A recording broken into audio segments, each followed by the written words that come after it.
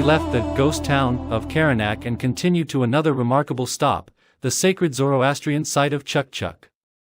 It's not far. We return briefly along Road 68, which brought us here from Yazd, then soon turn onto a mountain road toward Meybod. Halfway along, we take a dead-end road that leads to a parking lot beneath the sacred mountain. And here we are. This is Chak Chak.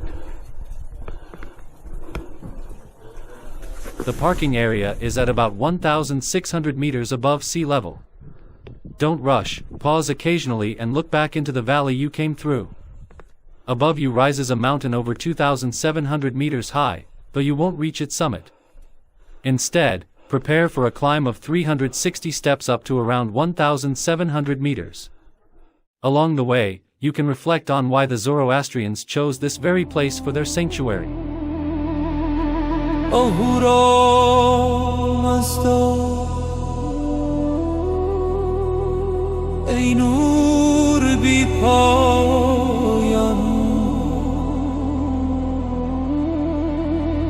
آتش جاودان ای روشنی آسمان ها زمین.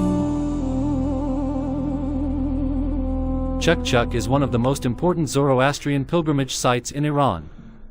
The shrine is associated with the daughters of Yazdegerd III, the last Sasanian king, who is said to have fled to this region during the Arab conquest. The name, Chak Chak, means drip drip in Persian and refers to the spring inside the cave temple.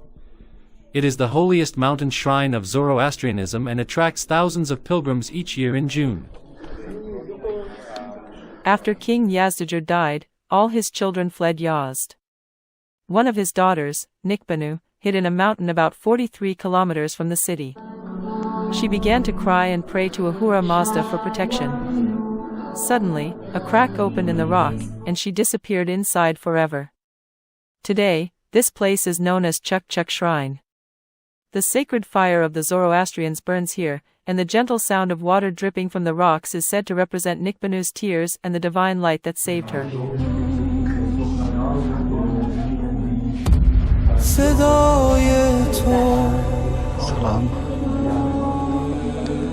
در قلب کوه ها می پیچد و نفس تو جان جهان را زنده. The present shrine is an artificial cave protected by two large bronze doors. The sanctuary is lined with marble, and its walls are darkened by the eternal flame. Visitors must remove their shoes before entering. Slippers are provided. Men cover their heads with a white cap, and women wear a white scarf, also provided at the entrance. The green color seen around the shrine symbolizes a rare touch of vegetation in an otherwise desert landscape. Below the shrine are buildings used to accommodate pilgrims. Every year in mid-June, thousands of Zoroastrians from Iran and abroad, especially from India, gather at Chak Chak for annual rituals. These include prayers, baking traditional bread, cooking soup, reciting passages from the Avesta, honoring Ahura Mazda, and lighting sacred fires and candles. All of this is done in memory of Nikbanu and their ancestors. The ritual lasts 4 days and is one of the most important Zoroastrian gatherings in the world.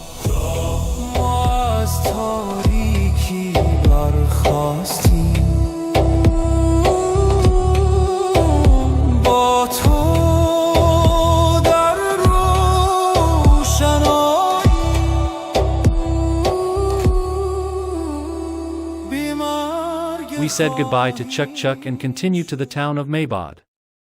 Our first stop was the desert fortress Narin Castle. The foundations of its predecessor are said to be up to 6,000 years old, and the castle was still inhabited about 150 years ago. The preserved remains, part of UNESCO heritage, date back roughly 2,000 years, as confirmed by archaeological layers. From the main terrace, there is a view over the entire town, including a nearby ice storage structure that once preserved ice during the hot summer months.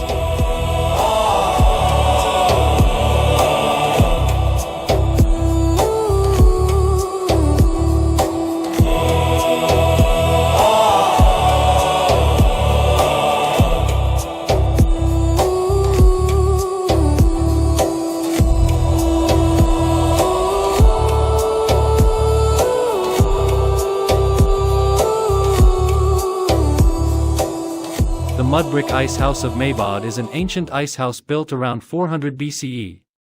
It is one of the few remaining structures of its kind in Yazd province, made from mud bricks. High walls enclose a shallow pool where water would freeze, and a large dome was used to store the ice. This ice served both locals and travelers.